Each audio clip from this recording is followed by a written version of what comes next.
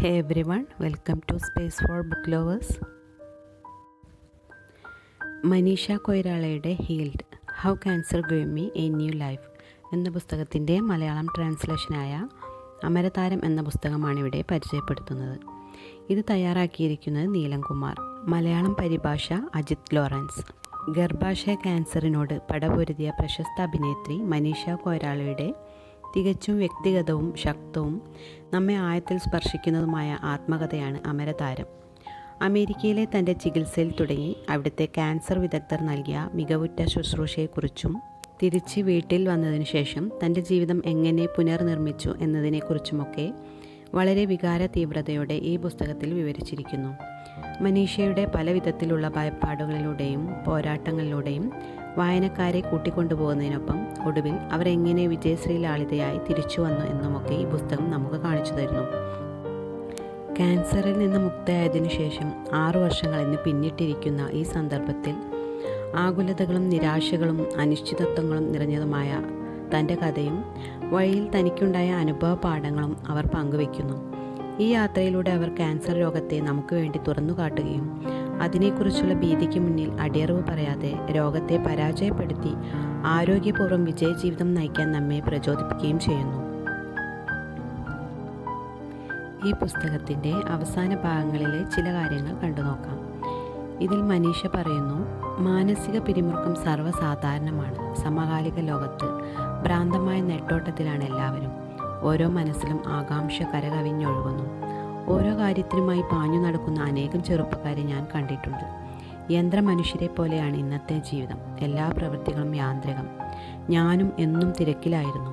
എവിടെയാണ് ഞാൻ എത്തിപ്പെട്ടത്? നിർഭാഗ്യവശാൽ എനിക്ക് ചുറ്റുമുള്ള എല്ലാറ്റിനെയും സമചിത്തയോടെ നോക്കിക്കാണാൻ കഴിഞ്ഞത് എൻ്റെ രോഗം കൊണ്ടാണ്. ഇപ്പോൾ ഒരു ദിവസം ഒരു തവണയെങ്കിലും എനിക്ക് ജീവിക്കണം. സമചിത്തതയോടെ ഓരോ ദിവസവും ജീവിക്കുന്നു. ഓരോ നിമിഷവും അങ്ങനെയാകാൻ ഞാനിപ്പോൾ ബോധപൂർവം ശ്രമിക്കുന്നു. എപ്പോഴും ബോധമുള്ളവളായിരിക്കാൻ ശ്രമിക്കുന്നു. സമചിത്തത വർത്തമാനകാലത്തിൽ ബോധ്യത്തിൽ ആർജിതമായ ഒരു അവസ്ഥയാണ്. ചിന്തകളെയും മനസ്സിൻ്റെ ജൽപ്പനങ്ങളെയും തിരിച്ചറിയുമ്പോൾ വികാരങ്ങളെയും ശരീരത്തിൻ്റെ ചോദനകളെയും അതുണർത്തുന്നു. നിങ്ങളുടെ ജീവിതം തന്നെ പുനർമൂല്യം ചെയ്യപ്പെടുന്നു. ശാന്തമായിരുന്ന് ഉള്ളിലേക്ക് നോക്കി ശ്രദ്ധയർപ്പിച്ച് എന്നിട്ട് വ്യക്തത നേടുക. എനിക്ക് ഗുണകരമായി തീർന്ന ചില സംഗതികൾ നിങ്ങളുമായി പങ്കിടാം. ഞാൻ ഉണ്ടാക്കിയെടുത്ത ശീലങ്ങൾ ദുരിതകാലത്ത് എന്നെ ഏറെ സഹായിച്ചു. നിങ്ങൾക്കും അത് ഉപകാരപ്പെട്ടേക്കാം. ആത്മപരിശോധന അതിലൊന്നാണ്. എന്നിലേക്ക് ഊളിയിട്ട് ഞാൻ തന്നെ ഉത്തരങ്ങൾ കണ്ടെത്തുകയായിരുന്നു. 1 മുതൽ 10 വരെ അടയാളപ്പെടുത്തിയിട്ടുള്ള അളവുകോലിൽ ഇപ്പോൾ നിങ്ങൾ എവിടെയാണ്? തൊഴിൽ, സാമ്പത്തികം, ആരോഗ്യം, സൗഹൃദങ്ങൾ. എവിടെയാണ് ഈ അളവുകോലിൽ നമ്മുടെ നില? വിശ്വസ്തയാവുക. ഇത് പരമപ്രധാനമാണ്. പരാശ്രയത്തിൽ നിന്നും സ്വാശ്രയത്തിലേക്ക് തിരിയുക. ഇതും പ്രധാനമാണ്. അനുകമ്പയുണ്ടാകണം. സ്വയം അനുകമ്പയുണ്ടാകണം. പലപ്പോഴും നിർദ്ദയമാണ് നമുക്ക് നമ്മോടുള്ള സമീപനം. അതുകൊണ്ട് ദയാലുവാകുക. എവിടെയെങ്കിലും നിങ്ങൾക്ക് തെറ്റുകയാണെങ്കിൽ അനുകമ്പാപൂർവം അത് തിരുത്തുക. സൗമ്യത ഇവിടെ പ്രധാന വാക്കാണ്. മാറ്റത്തിന് വിധേയമാകുക. മാറ്റങ്ങളിൽ കേന്ദ്രീകരിക്കുക. ശീലങ്ങൾ കൊണ്ടുണ്ടായ ജീവിതക്രമമാണ് നാം ഇപ്പോൾ പിന്തുടരുന്നത്.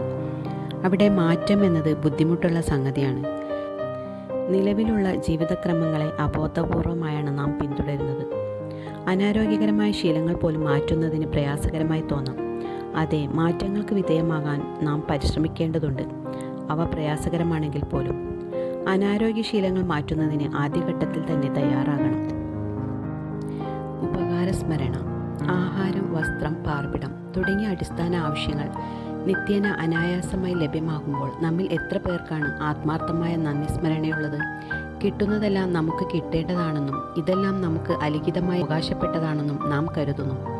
ഉപകാരസ്മരണ, അതായത് നന്ദി സ്മരണയെക്കുറിച്ചുള്ള അവബോധം ക്യാൻസർ എന്ന രോഗം മൂലമാണ് എനിക്കുണ്ടായത്. അതെൻ്റെ ഉള്ളം ശുചിയാക്കി. ഒരു കുട്ടിക്ക് മുന്നിലെന്ന പോലെ നിത്യേനയുള്ള ജീവിതത്തിൽ നിധികളുടെ കലവറ എനിക്ക് മുന്നിൽ തെളിഞ്ഞു.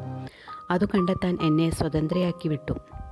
ആപ്പിളിൻ്റെ സത്തും രസവും നാരങ്ങയുടെ പുളിപ്പും ഞാൻ ഭുജിച്ച എല്ലാ ഫലങ്ങളുടെയും രുചികളുടെയും വൈവിധ്യം എന്നെ പഠിപ്പിച്ചത് ഈ രോഗമാണ്. പോഷകസമൃദ്ധമായ ആഹാര സാധനങ്ങളുടെ തിരഞ്ഞെടുപ്പിനും ആസ്വാദ്യതയോടെ അത് കഴിക്കുന്നതിനും എന്നെ പഠിപ്പിച്ചത് ഈ വ്യാധിയാണ്. അരുണോദയങ്ങളുടെ ഉജ്ജ്വലതയും അസ്തമയങ്ങളുടെ ഗരിമയും നക്ഷത്രഖചിതമായ ആകാശത്തിലെ വൈവിധ്യമാർന്ന രൂപങ്ങളിലുള്ള മേഘരൂപങ്ങളും കൗതുകവും ആകർഷകത്വവും എന്നിൽ ഉളവാക്കിയത് ഈ രോഗം മൂലമാണ്. പാറിപ്പറന്ന് ഉല്ലസിച്ചു തിമിർക്കുന്ന വിസ്മയപ്പറവകളുടെ വർണ്ണചാരുത ആസ്വദിക്കാനും ഈശ്വരൻ്റെ കരവിരുത്തിൽ ആനന്ദം കൊള്ളാനും ക്യാൻസർ എന്നെ പഠിപ്പിച്ചു. ഓരോ ദിവസവും ഞാൻ കാണുന്നവർ എടുത്തണിയുന്ന മുഖഭാവങ്ങൾ, നിത്യജീവിതത്തിലെ ബലപരീക്ഷകൾ, അടയാളങ്ങൾ, ജീവിതം മുദ്ര പതിപ്പിച്ച മുഖങ്ങളിലെ ചുളിവുകൾ, ഇവയെല്ലാം ശ്രദ്ധിക്കാൻ എന്നെ പ്രേരിപ്പിച്ചത് ഈ വ്യാധിയാണ്. ക്രിയാത്മകത ഉണർത്തുക, നിഷേധാത്മകത വെടിയുക. അത്ഭുത മരുന്നുകളേക്കാൾ അത്ഭുതം സൃഷ്ടിക്കുന്നവയാണ് ക്രിയാത്മക മനോഭാവമെന്ന് വിവേകികൾ പറയുന്നു. ഗുരുത്വാകർഷണ നിയമം അനുസരിച്ച് ഒരു വസ്തുവിന് അത് ആകർഷിക്കുന്ന വസ്തുവിനേക്കാൾ കൂടുതൽ ഊർജം ലഭിക്കും. അങ്ങനെയെങ്കിൽ ക്രിയാത്മകമായ മനോഭാവത്തിൽ നിന്ന് മനോജ്ഞമായ ജീവിതം സൃഷ്ടിച്ചുകൂടെ? ജീവിതം ഉയർച്ച താഴ്ചകളും പ്രയാസങ്ങളും നൈരാശ്യങ്ങളും നിറഞ്ഞതാണ്. നമ്മുടെ പോരാട്ടങ്ങൾ അതിജീവിച്ചു കഴിഞ്ഞ ജീവിതം സ്വപ്ന സാക്ഷാത്കാരങ്ങളുടെയും വിജയങ്ങളുടെയും സന്തോഷത്തിൻ്റെയും കൂടിയാണ്. നിഷേധാത്മകത മനോഭാവത്തിൽ അഭിരമിക്കുന്നത് ആരോഗ്യത്തിന് ഹാനികരമാണ്. ഈ ഓരോ സംഗതിയിലെയും നല്ല അവസരങ്ങൾ കാണാതെ പ്രശ്നങ്ങളെ മാത്രം കാണുന്നു. ഈ മനോഭാവം പലരുടെയും ജീവിതം അസന്തുഷ്ടവും ആനന്ദരഹിതവുമാക്കുന്നതിൽ അത്ഭുതമുണ്ടോ? രോഗശമനത്തിനു ശേഷം ക്രിയാത്മക ചിന്തകൾ മാത്രമാണ് ഞാൻ പിന്തുടരാൻ ആഗ്രഹിച്ചത്. ഈ സച്ചിന്തകളിൽ എപ്പോഴും ഒഴുകി നടക്കാൻ ഞാൻ ശ്രമിച്ചു. തികച്ചും ഇതൊരു പോരാട്ടമായിരുന്നു. എൻ്റെ രോഗത്തെക്കുറിച്ചുള്ള അന്വേഷണം നിരാശപ്പെടുത്തുന്ന അറിവുകളിലേക്ക് എന്നെ വലിച്ചെറിഞ്ഞു. എന്നാൽ ക്രിയാത്മകമായി നിലകൊള്ളണമെന്ന് മനസ്സിനെ പാകപ്പെടുത്തിയപ്പോൾ രോഗവിമുക്തിക്ക് ശേഷവും ജീവിക്കുമെന്ന ശുഭവിശ്വാസത്തിൽ ഞാൻ കേന്ദ്രീകരിച്ചു. മനീഷ താൻ രോഗാതുരമായ നാളുകളിൽ അനുഭവിച്ചിട്ടുള്ള അനുഭവങ്ങൾ ഡയറിക്കുറിപ്പുകളാക്കുകയും പിന്നീട് അത് നീലം കുമാറിൻ്റെ സഹായത്തോടെ പുസ്തക രൂപത്തിലേക്ക് മാറ്റുകയും ചെയ്തു.